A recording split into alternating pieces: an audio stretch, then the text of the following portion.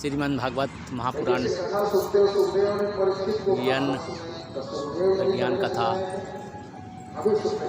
बहुत ही सुंदर और वेलकम भी है और कथा सुने बार प्रसान करे बार पहुँचा था तो मोर हमारी यूट्यूब धनीराम साहू में स्वागत हवा तो लेकर कथा की महाराज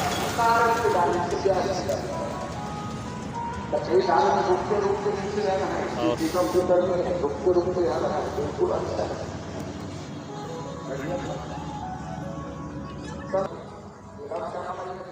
पत्थर तो महंगा ही है ना, उससे सस्ता ही हो गया कुछ करने में अब वो दाम पर पार्ट में चढ़ाने लगता है, देखते रहते कैसे कैसे चढ़ाना है। अब किसी जात में कहीं छेद है वो कहीं उसके तरह चढ़ा दिया, क्या बोलते हैं, क्या समझ रहे नहीं देख रहे समझ रहे छेद वाले चढ़ाए हैं हटाई तो बेचने वाला कहता है भाई ये छेद दिख रहा है खराब थोड़ी, सुग्गा ने चोट मारा है, सुग्गा चोट मारा उसी का छेद। अच्छा ऐसे सुग्गा मारा, अच्छा चल उसी को चढ़ाता है, बोलते भी नहीं बोलते क्यों? अरे जिस फल को कहीं तोता चख ले वो कभी खराब नहीं निकलता, और खराब नहीं निकलता सो नहीं निकलता, उसकी मधुरता और कई गुना बढ़ जाती है जिस फल को कहीं तोता चख ले। हाँ, इसलिए भागवत महापुराण तो मधुर था ही, लेकिन जिस दिन से सुखदेव जी ने उस भागवत महापुराण को गाया और मधुरात मधुर बन गया। सुख मुखामृत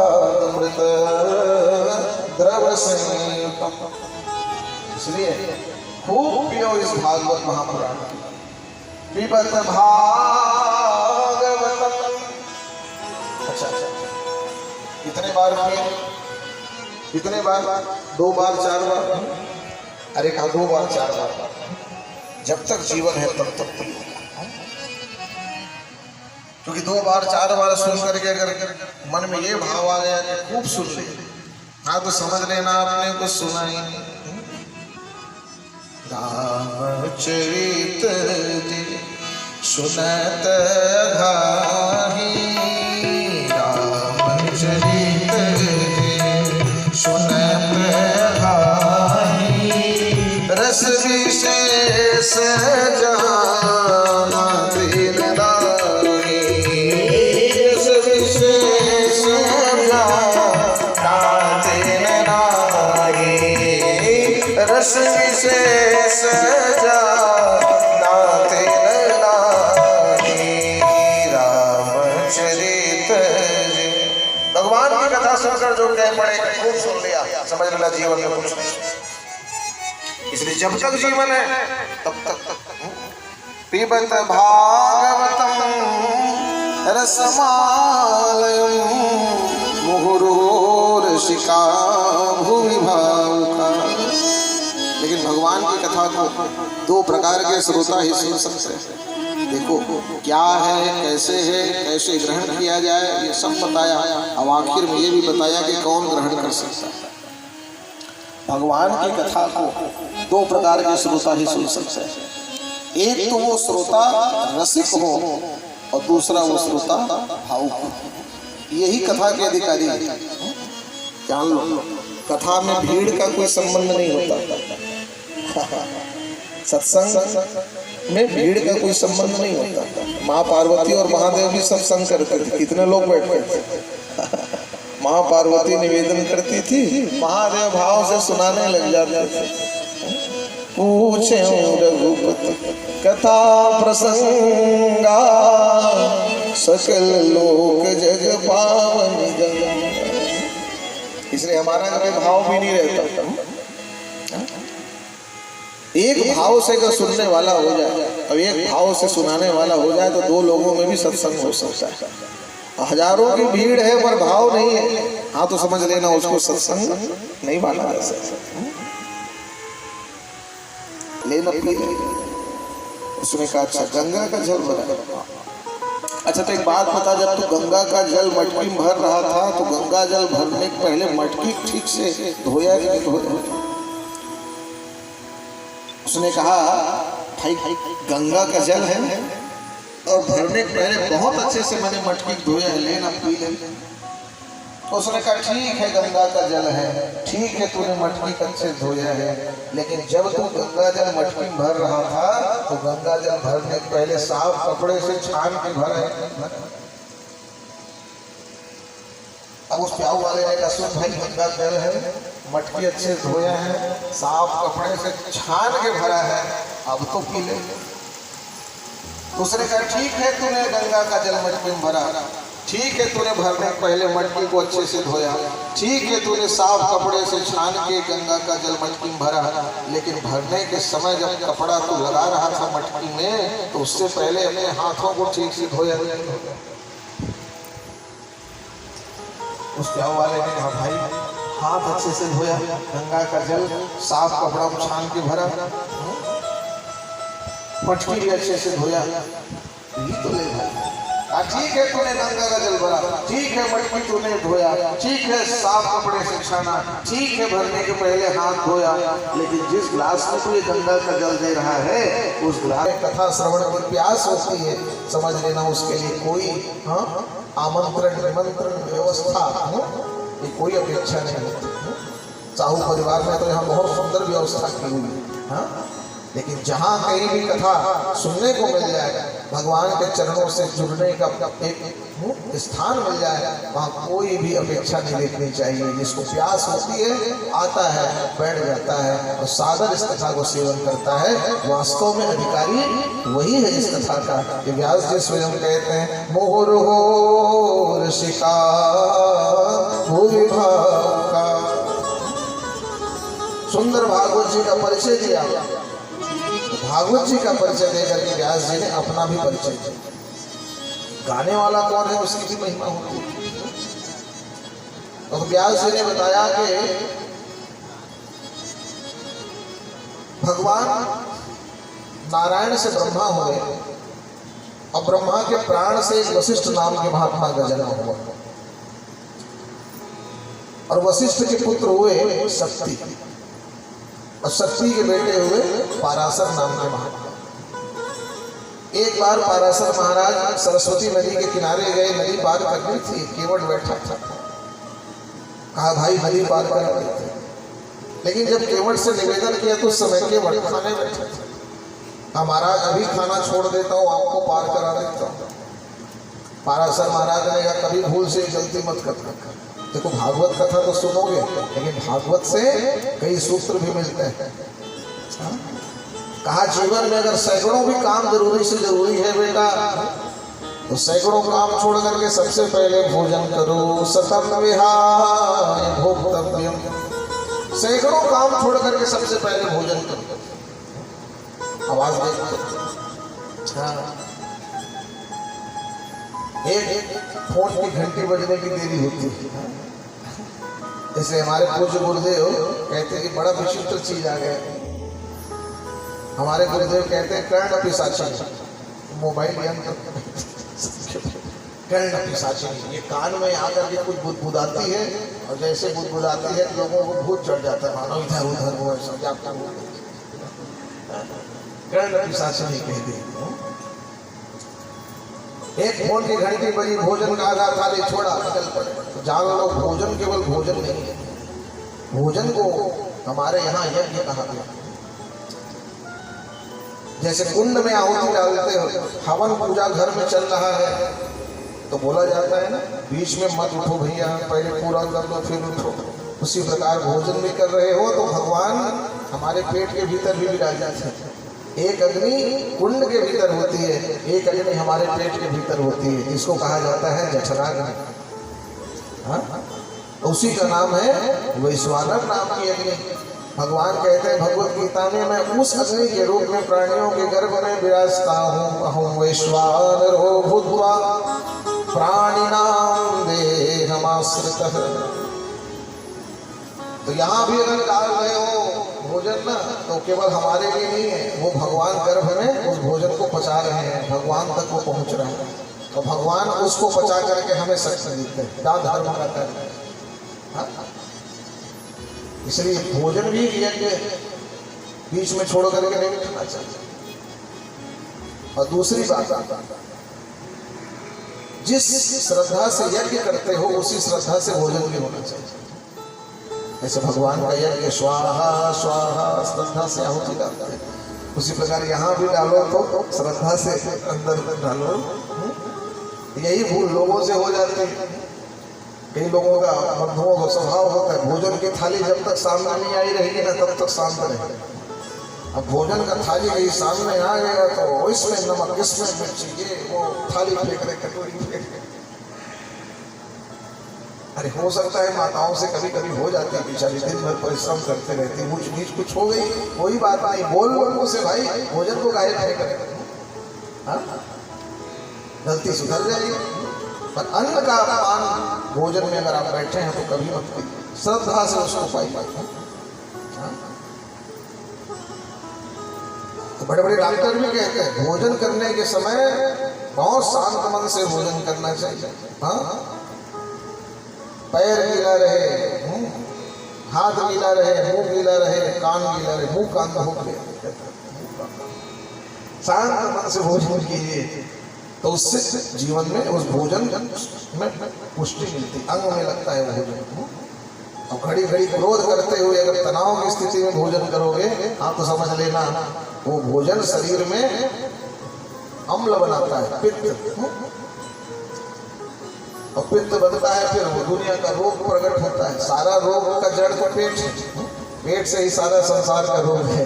इसलिए भोजन को श्रद्धा से करो, भोजन की थाली को पहले प्रणाम करो, भोजन करो फिर बाद में प्रणाम करो, ये विधि है। पराशर महाराज ने कहा तू भोजन कर, मैं प्रतीक्षा कर रहा हूँ। केवट ने कहा कि मुझ जैसे केवट की प्रतीक्षा आप जैसे संत करोगे मुझे शोभा नहीं। एक उपाय है महाराज, मेरी बेटी का नाम है मत्स्यगंधा, मछली की दुर्गंधी उसके शरीर से निकलती थी, मत्स्यगंधा नाम था। ये मेरी बेटी आपको सरस्वती नदी पार कराएगा। मत्स्यगंधा बैठ गई और सरस्वती नदी पार कराने के लिए जैसे ही आगे बढ़ी, नौका में पाराशर जी को बैठा था। पाराशर जी ने कहा कि तू ये जो मुझे नदी पार कराने आई है मत्स्यगंधा, इसमें एक रहस्य है। मेरे स्पर्श मात्र से मैं तुझे छूऊंगा और मेरे स्पर्श मात्र से तू गर्भ धारण करेगी, और तेरे गर्भ से एक ऐसा पुत्र प्रकट होगा जो सारे संसार में ज्ञान को जन्म देगा। माँ ने कहा ये कैसे संभव है ना, आप इतने बड़े ऋषि और मैं एक गुहराज की बेटी और शरीर से मछली की दुर्गंधी निकल रही। तो देखो समर्थ महात्मा थे पाराशर, केवल छू दिया, छूने मात्र से जो 1 योजन तक मछली की दुर्गंधी निकल रही थी, वो 1 योजन तक दिव्य सुगंधी फैलने लग गई उसके शरीर से, योजन गंधा बना दिया पाराशर महाराज ने। और केवल छूने मात्र से उसने गर्भ धारण किया। और समय आने पर भगवान के 24 अवतारों में जिनका नाम लिया जाता है, ऐसे साक्षात ज्ञानावतार व्यास नारायण भगवान का जन्म मां मत्स्यगंधा के शरीर से हुआ। बोलिए व्यास नारायण भगवान की जयति पराशर सूनु सत्यवती नंदनो व्यास। पराशर के पुत्र सत्यवती नंदन व्यास। देखो इस केवट के बिटिया के कई नाम हुए। पहला नाम था मत्स्यगंधा, दूसरा नाम हुआ योजनगंधा, तीसरा नाम हुआ सत्यवती, जो महाराजा शांतनु के साथ ब्याही गई और जिनके वंश में एक धृतराष्ट्र, विदुर आदि सब आए। ये महाभारत का प्रसंग। एक द्वीप में उनका जन्म हुआ, इसलिए व्यास जी का नाम हुआ द्वैपायन। और भगवान नारायण की कृपा से ब्रह्मा जी के हाथ में जो एक वेद होता था, उसको संसार के कल्याण के लिए 4 भागों में उन्होंने बांट दिया। 4 वेद बनाए व्यास जी ने, इसलिए इनका नाम वेद व्यास हुआ। बोले वेद व्यास भगवान की। 4 वेद बना दिए, 17 पुराण लिख दिए, और 5वां वेद महाभारत की भी रचना कर दी। लेकिन मन में बड़ा दुख था, सब कुछ की तो रचना कर दी मैंने, लेकिन ज्ञान को तो मैंने प्रकट कर दिया, पर ज्ञान का प्रचार कौन करेगा, क्योंकि संतान आदि कोई नहीं थी व्यास। इसलिए भगवान महादेव से निवेदन किया कि प्रभु कृपा कर देते। महादेव महादेव भगवान ने कहा बस कोई बड़ी बात नहीं, जाओ आशीर्वाद दिया, एक पुत्र आपका होगा। क्या प्रभु बात अभी पूरी नहीं हुई, एक बेटा मिल जाता, लेकिन बेटा बहुत बड़ा ज्ञानी रहता, ये दूसरा वरदान। शिव जी ने कहा वो भी कोई बड़ी बात नहीं, जाओ अब बहुत बड़ा ज्ञानी होगा। महाराज एक और प्रार्थना है, क्या कहा बेटा तो होता, बहुत बड़ा ज्ञानी होता, लेकिन बेटा जितना बड़ा ज्ञानी होता उतना बड़ा विरागी भी होता, ये आशीर्वाद दे दो। और जैसे ये बात कही तो महादेव भगवान ने कहा असंभव है, असंभव, क्योंकि संसार में जो ज्ञानी होता है वो विरागी नहीं होता, और जो विरागी होता है वो ज्ञानी नहीं होता। ये दोनों चीजें किसी एक के भीतर हो जाए असंभव है संसार में। और अगर किसी के भीतर है ना बेटा तो कोई और नहीं, वो मैं हूँ। महादेव से बड़ा संसार में कोई ज्ञानी नहीं, और महादेव से बड़ा संसार में कोई विरागी नहीं। तो व्यास जी ने कहा प्रभु जब दोनों चीज आपके भीतर है तो आप ही आ जाओ ना मेरे बेटा मेरा। अरे भगवान नारायण बार बार कि आगे जाकर के व्यास जी दिव्य श्रीमद् भागवत महापुराण की रचना करें। अब मैं उनका बेटा बन के जाऊंगा ना तो उस ज्ञान का अधिकार मुझे मिलेगा। और भागवत में मेरे भगवान नारायण के लीला चरित्र को गाया गया है, अब मेरे भगवान के चरित्र को गाने का अवसर मुझे मिलेगा तो मैं तो धन्य हो जाऊंगा। और मैं जब उस भगवान नारायण के चरित्र को गाऊंगा तो संसार में उसका अद्भुत रस प्रकट होगा। क्योंकि देखो जो भगवान का जितना बड़ा भक्त होता है वो भगवान की कथा को उतने भाव से गा पाता है, जो भक्त नहीं होता वो भाव से कथा भी नहीं गा सकता।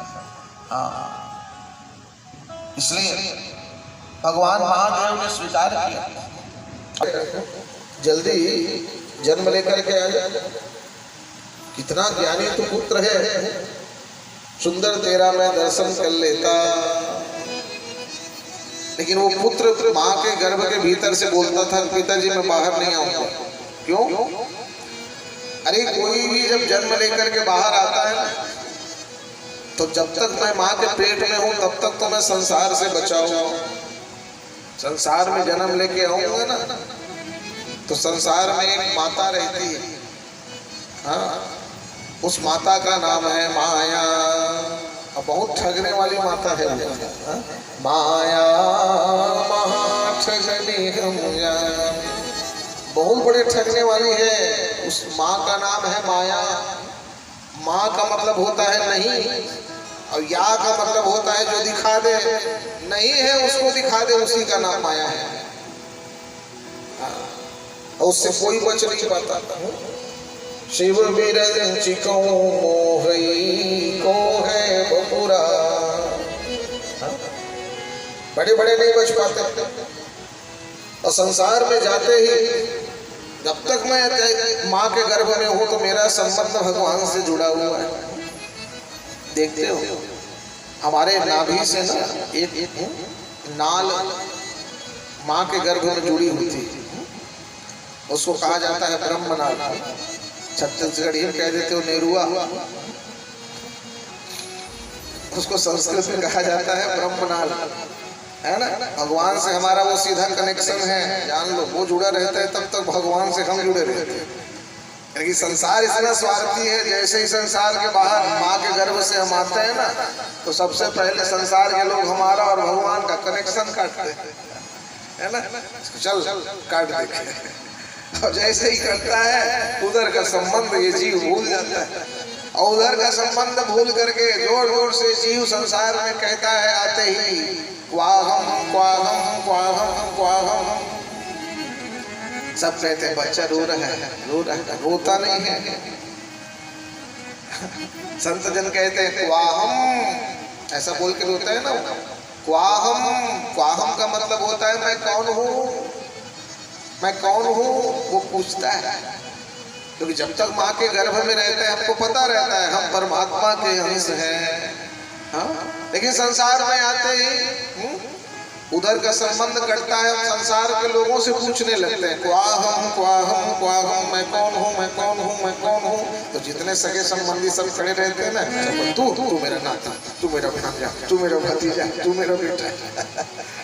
ये संसार का मोह जाल हर जीव को घेर लेता है, अब वो परमात्मा का भजन भूल जाता है। ये बात सारी वो गर्भ का बालक व्यास जी से कह रहे, इसे नहीं आऊंगा पिताजी, यही अच्छा होगा। भगवान से मेरा संबंध जुड़ा हुआ है माँ के गर्भ में। व्यास जी ने कहा बेटा तेरा